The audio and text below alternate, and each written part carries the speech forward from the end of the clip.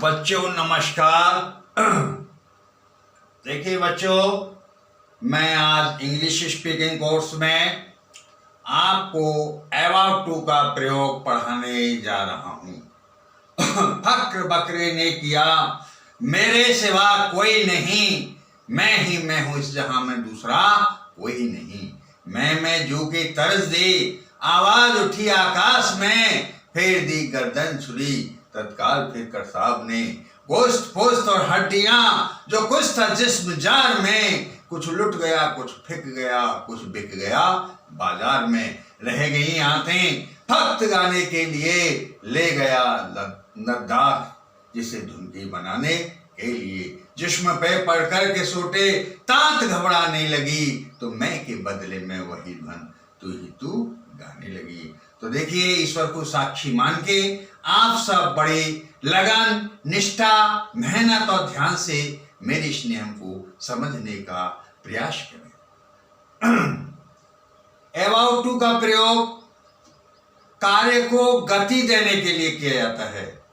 जब वाक्य के अंत में वाला, वाली, वाले, वाक्य के अंत में क्या आता है? वाला, वाली और वाले इत्यादि शब्द आते हैं, वहां पर अबाउट टू का प्रयोग किया जाता है। लेकिन तांगे वाला, रिक्शे वाला या खोमची वाला नहीं। कार्य को गति देने से संबंधित वाक्यों में इसका प्रयोग किया जाता है। तो देखिए, पहले मैं प्रेजेंट टेंस में इसका प्रयोग पढ़ाने जा रहा हूं। प्रेजेंट टेंस में एक वचन कर्ता सिंगुलर सब्जेक्ट के साथ हेल्पिंग वर्ब इज, और आई के साथ हेल्पिंग वर्ब एम, और प्लूरल सब्जेक्ट के साथ हेल्पिंग वर्ब आर का प्रयोग करते हैं। इसके उपरांत अबाउट टू और फिर वी फर्स्ट यानी क्रिया की पहली अवस्था लगाते हैं। इसके पश्चात हम ऑब्जेक्ट इत्यादि की अंग्रेजी बनाते हैं। बच्चों समझ में आ रहा है सबको? तो देखिए फॉर्मूला,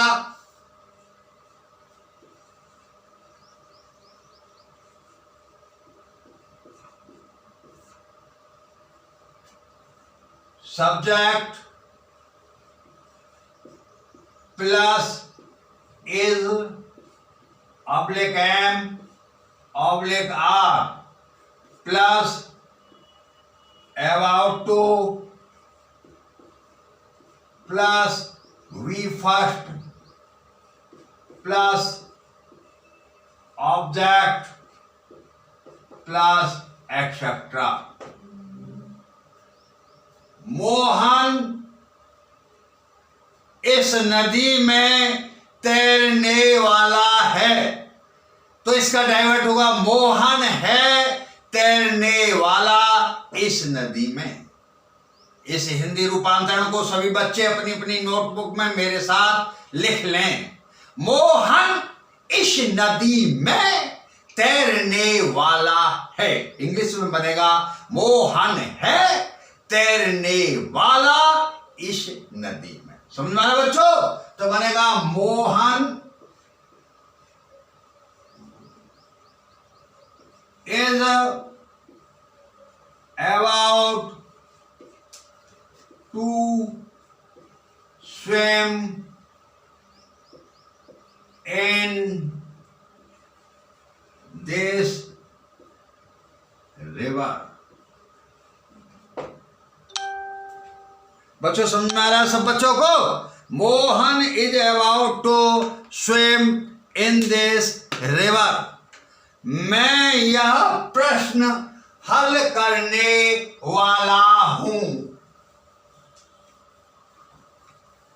मैं यह प्रश्न हल करने वाला हूं।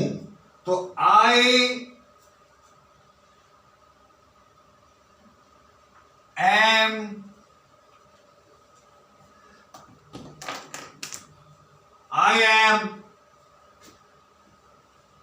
about to solve this question. ये चिड़िया आकाश में उड़ने वाली हैं। ये चिड़िया हैं उड़ने वाली आकाश में। तो इसका ट्रांसलेशन होगा दीज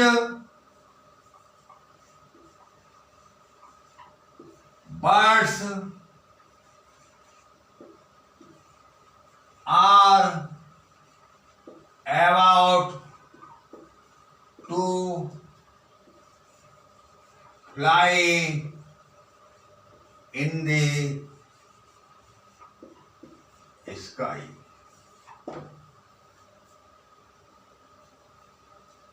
सुनना है बच्चों, ये चिड़िया आकाश में उड़ने वाली हैं। These birds are about to fly in the sky। सब बच्चों को समझ में आ रहा है? यानी ये चिड़िया आकाश में उड़ने वाली हैं। तो these birds are about to fly in the sky। मैं तुम्हें अंग्रेजी पढ़ाने वाला हूं। तो I am about to teach you English।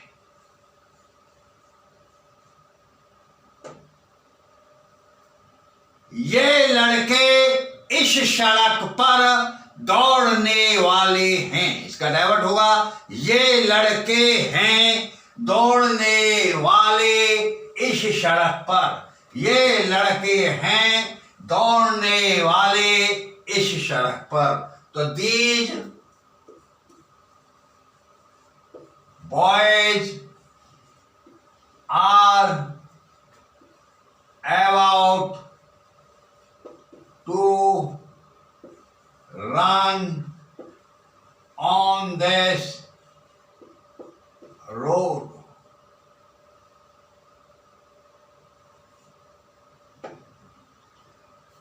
ये किसान अपना खेत जोतने वाले हैं।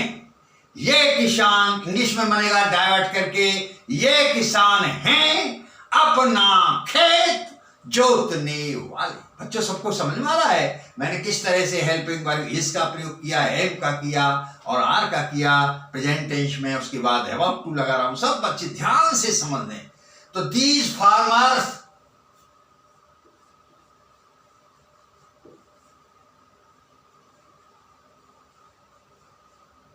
Are about to plow their field।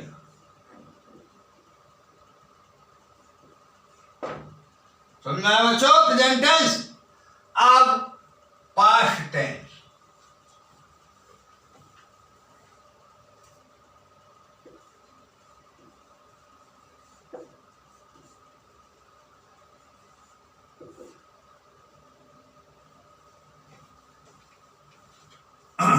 बच्चों देखिए, पास्ट टेंस में जैसा आपको पता है, पास्ट टेंस में सिंगुलर सब्जेक्ट के साथ, किसके साथ? सिंगुलर सब्जेक्ट के साथ हेल्पिंग वर्ब वाज और प्लूरल सब्जेक्ट के साथ हेल्पिंग वर्ब वर का प्रयोग करते हैं। फिर अबाउट टू की अंग्रेजी बनाते हैं, उसके उपरांत वी फर्स्ट यानी क्रिया की पहली अवस्था और फिर ऑब्जेक्ट इत्यादि की अंग्रेजी बनाते हैं। समझना बच्चों? Formula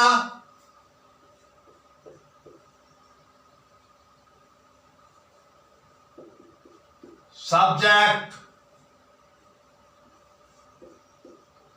plus was oblique were plus about to plus we first plus object plus etcetera.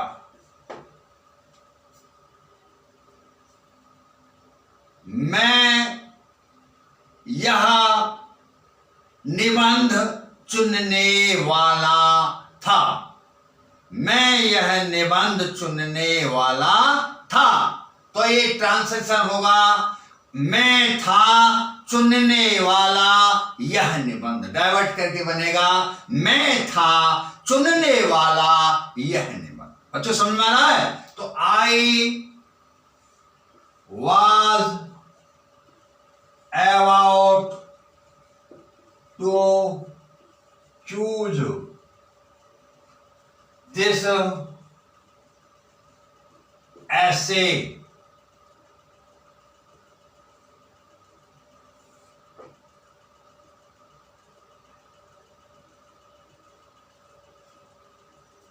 तुम मेरी मदद करने वाले थे। तुम मेरी मदद करने वाले थे, यानी तुम थे मदद करने वाले मेरी। तो you were about to help me. यह व्यक्ति सिगरेट पीने वाला था। यह व्यक्ति सिगरेट पीने वाला था। बच्चों समझ में आ रहा है सबको? तो यह व्यक्ति था पीने वाला सिगरेट। तो this man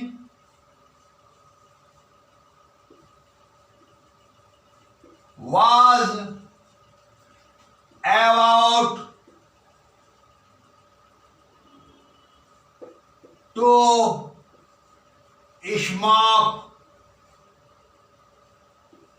the cigarette.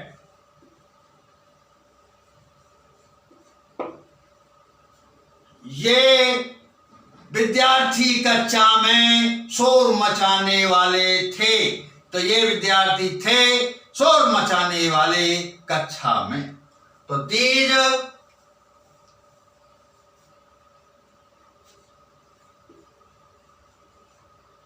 students were about to make a noise in the class.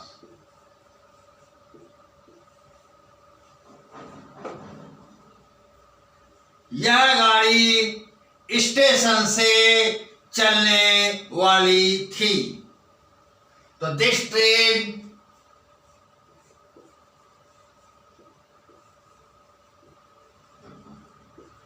was about to start from the station. बच्चों ध्यान से समझ लीजिए कि पास्ट टेंस में, किसमें? पास्ट टेंस में सिंगुलर सब्जेक्ट के साथ हेल्पिंग वर्ब वाज और प्लस सब्जेक्ट के साथ हेल्पिंग वर्ब वर का प्रयोग करते हैं। फिर उसके उपरांत अबाउट टू की इंग्लिश बनाते हैं। फिर क्रिया की पहली अवस्था verb, first form of the verb, और उसके उपरांत ऑब्जेक्ट इत्यादि की अंग्रेजी बनाते हैं। मैंने ये कुछ ट्रांसलेशन बनाए हैं और मुझे आशा ही नहीं अपितु पूर्ण विश्वास है कि सब बच्चे मेरे ट्रांसलेशन को समझ गए होंगे। मैंने ट्रांसलेशन ऐसे पढ़ाए हैं जैसे एंटीबायोटिक मेडिसिन दी जाती है। आपके दिमाग को एकदम से मैंने रिफ्रेश कर दिया है बच्चों, बहुत ध्यान से समझ में आए होंगे। अब future tense,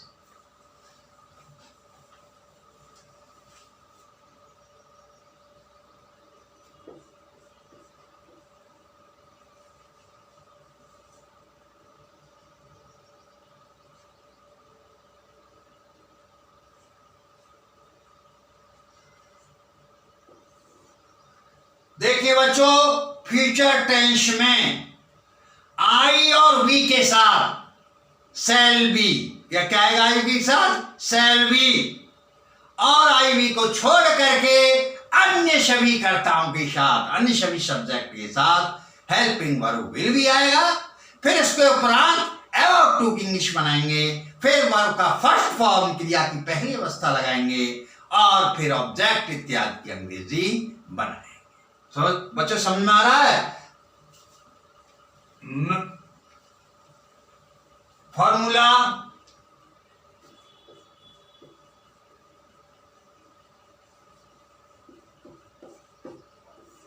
subject plus will oblique shall plus be plus about to plus V first plus object plus ETC. मैं एक गीत गाने वाला हूंगा, मैं गाने वाला हूंगा एक गीत। क्या बच्चों? मैं गाने वाला हूंगा एक गीत। समझ आ रहा बच्चों? I shall be about to sing a song.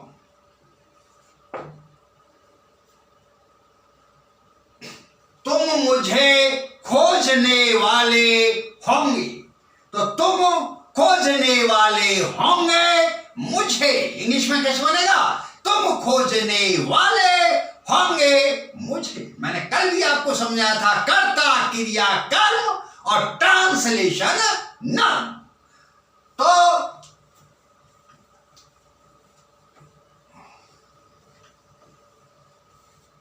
you will be about to search me.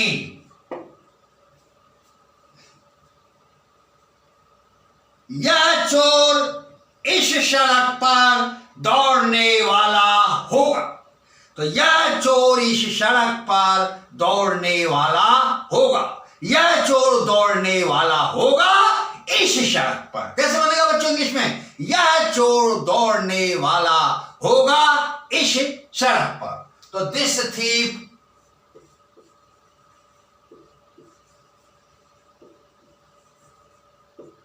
will be about to run on this road. बच्चों समझ में आ रहा है? हम इस नदी में तैरने वाले होंगे। हम इस नदी में तैरने वाले होंगे। तो भी shall be about to swim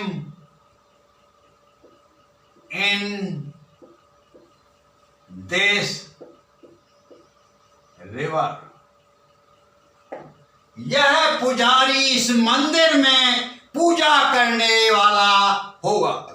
यह पुजारी इस मंदिर में पूजा करने वाला होगा।